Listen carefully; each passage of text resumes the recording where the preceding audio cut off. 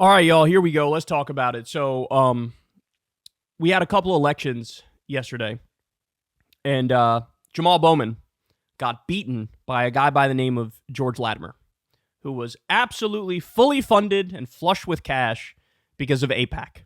Okay, so let's dive into it. By the way, the reason I'm covering this is honestly because I've seen so much idiocy in talking about this online. Like, people are just glossing over the most obvious points in the world and pretending that the election was about stuff that it wasn't about. Jamaal Bowman ended up losing. This is a piece in Axios. They say Democrats groan at AIPAC overkill against Jamaal Bowman.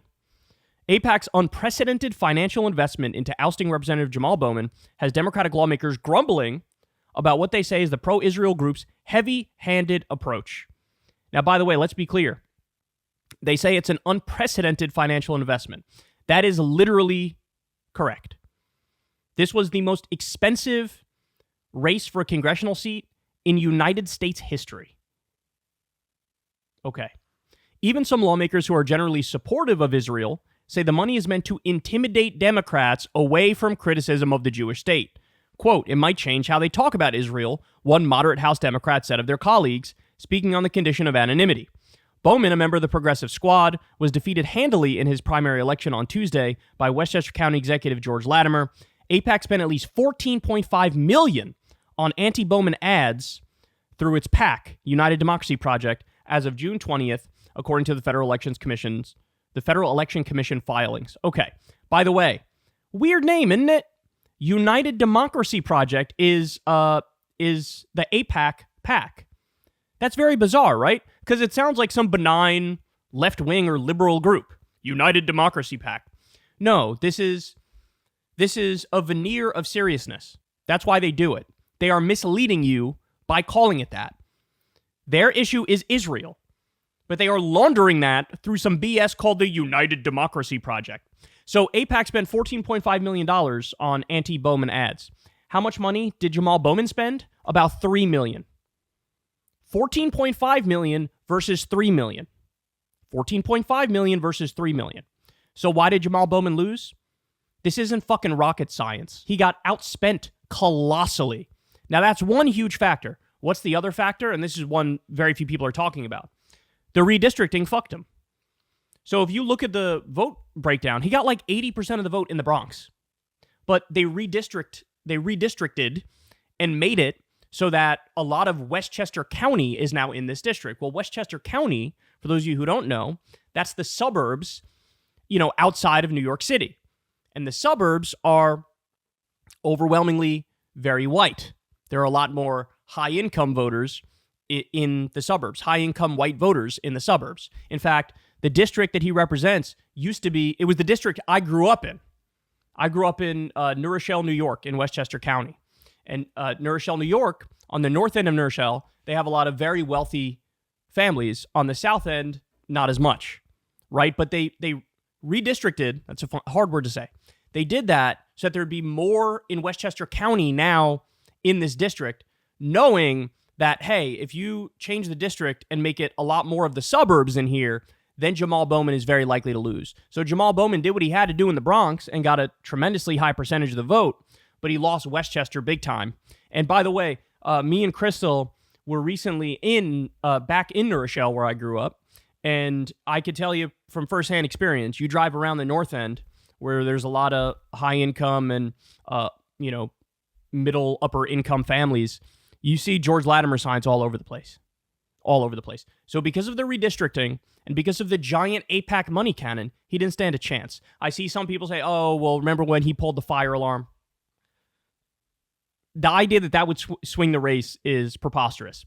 Oh, he's too loud, he's too aggressive, and he says things are racist too much or whatever. None of these things were the deciding factor, not even close. Not even close. The two main things are what I just described to you. The redistricting and the fact that AIPAC shot a money cannon. So they continue here. Much of the spending came after a poll in March from pro-Israel group Democratic Majority for Israel showed Bowman trailing by 17 points. Bowman has emerged as one of Congress's most vocal critics of Israel in recent years, with Latimer running as a pro-Israel alternative in the heavily Jewish affluent suburban district. AIPAC's record-shattering spending has some House Democrats rattled. The number is gross. I don't like it, one told Axios, calling the figure overkill. Now, by the way, let's just be clear. AIPAC at this point, they're just a right-wing group. Maybe back in the day, you can make some semblance of an argument that they're more of a centrist, bipartisan type group. That's just not the case anymore. They are just a right-wing group. George Latimer is basically a Republican who ran as a Democrat, and the reason he ran as a Democrat is because only Democrats win in this district. He got the backing of Hillary Clinton. There's a guy who has said horrifically racist things over the years. He's running on the main issue of Israel. And so, yeah, it's a right-wing group, and let's call it what it is. Call a spade a spade. They bought a congressional seat. AIPAC bought a congressional seat, and the whole idea is they want it to have a chilling effect. They want to be able to turn around and say, see, if you criticize Israel, you're going to lose because the people are against you criticizing Israel, as we've proven. No, you bought the fucking seat. Because if you look at the polling data, the overwhelming majority of Americans say, hey, do a ceasefire. We're done with this. Stop backing Netanyahu. Stop arming Israel. Stop funding Israel. Do a ceasefire. They're trying to pretend that, oh, pro-Israel politics is good, even when they're doing a genocide. That's not true. Again, you just bought a seat. That's it. Quote, if anything, that much money could backfire because then you get people that are like, this is just wrong, the lawmaker added, talking about AIPAC. Gerald Nadler said it was not necessary for AIPAC to spend so much money, arguing that Bowman was sufficiently out of step with the district that Latimer would have won with a lot less financial support.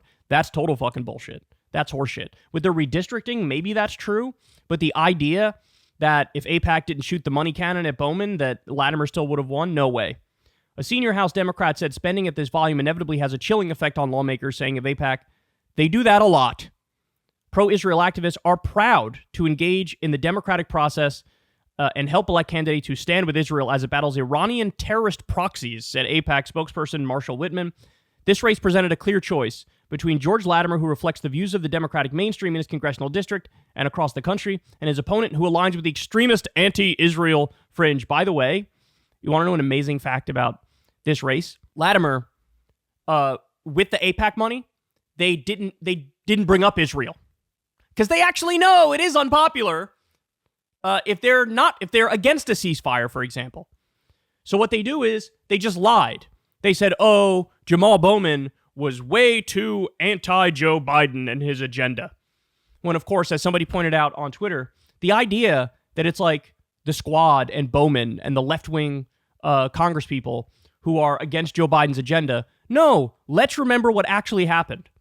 What actually happened is idiots like fucking Gottheimer and Manchin in the Senate and Kyrsten Sinema, they're the people who blocked Build Back Better, who blocked Biden's agenda.